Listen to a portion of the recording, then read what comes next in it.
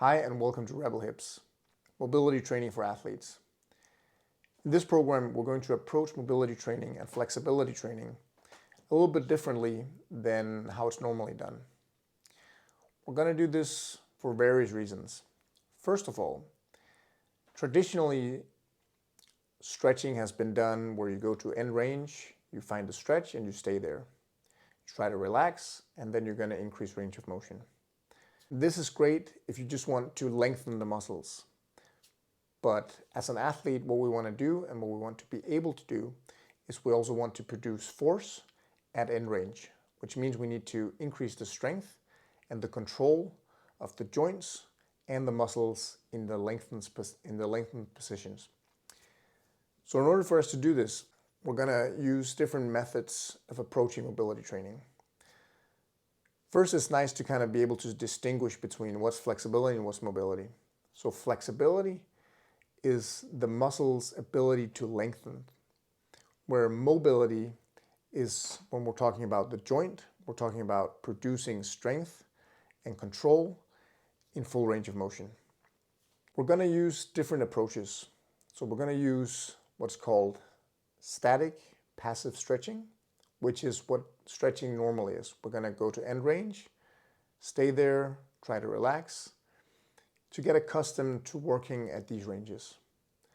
Then we're going to use active static stretching, which involves muscle contraction of the opposing muscle of what you're trying to stretch. So if I want to stretch the bicep, I would want to activate the tricep because this inhibits the tension in the bicep. The same principle works in the hip.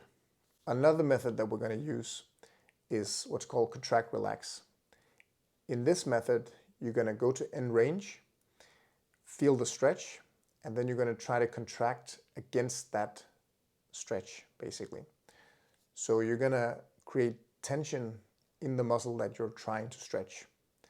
This means that your muscle is going to work against a resistance that's not moving.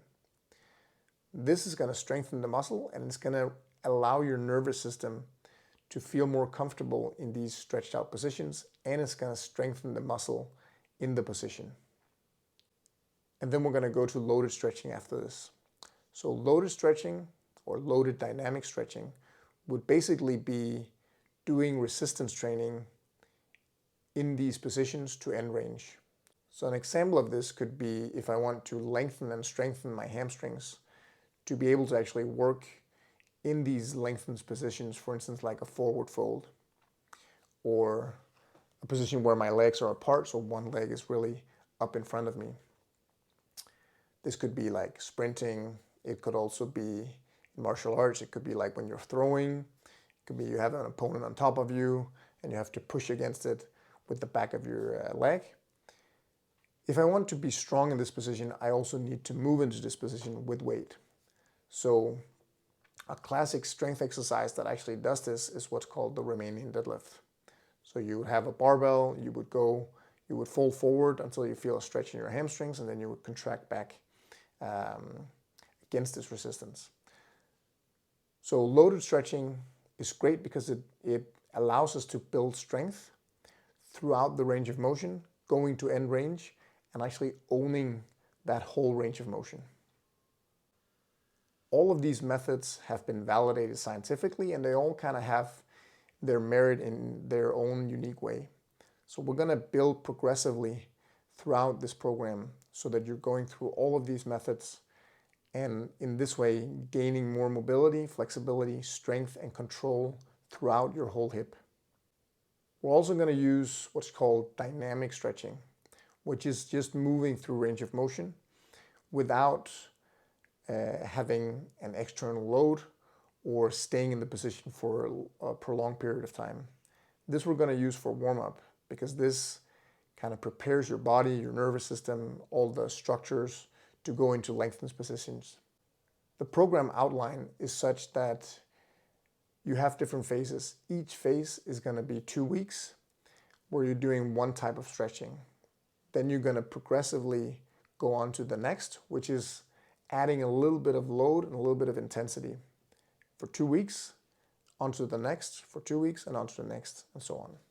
As you progress throughout this program, you might notice that these sessions will start to feel more and more like a proper training session.